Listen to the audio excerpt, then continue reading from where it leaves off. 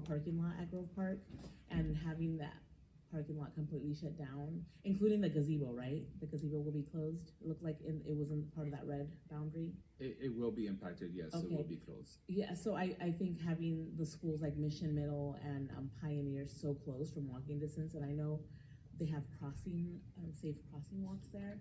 I love that we're exploring that because people will complain about the parking. And yeah, but I'm really excited about this. Thank you for all your work on this, and I'm excited to talk to Teresa and help in any way about getting the messaging out for this. And with that, I will turn it over to my colleague, Christian Garcia. All right. Thank you so much. I do appreciate the presentation. Thank you for the time. Thank you for the work that the entire staff has put into this. I really do admire everything that you've done.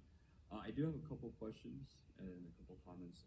So one of the questions that has been proposed to me from the community, one of the concerns is they have a concern of homeless use or general misuse by, people who might want to misuse it for whatever reason. What measures are we going to be implementing in order to ensure that that doesn't happen, or at least to mitigate it? So I can speak a little bit to the measures the equipment has. It will be timed equipment that's operational from a certain time to a certain time. So even the splash pad portion or the shower portions are going to be activated by a push button that has a timer on it that after a certain time it won't work anymore. I believe additional efforts might be taken, and maybe Joe could speak to that with the park rangers.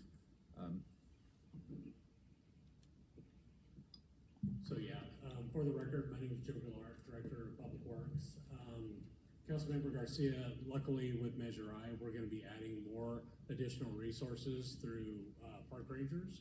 And so we'll be doing more patrols at all of our parks, and more importantly at Grove Park. So hopefully we'll have the staff onboarded by the time that the construction's done, and we'll have a lot more oversight at all of our parks, including this park as well. There you have it, right there. An ineffective way to make people think they're going to be safe from the homeless.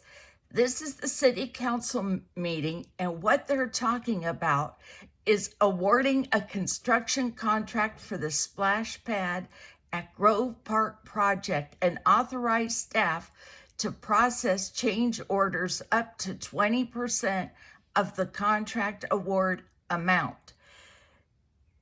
They're going to use Measure I, your sales tax money, to have a patrol of this splash pad that's similar to a pool that already doesn't work in other parts of the city. I support our Escondido police officers. However, they have a patrol out here by the Home Depot Center, and we still have homeless everywhere. We still have trash. We have cartfuls of garbage. We've got bottles of urine. We have packages stolen off the porches. We have Cadillac converters stolen despite the patrols. So now they're going to throw the Measure I money at more patrols that don't work.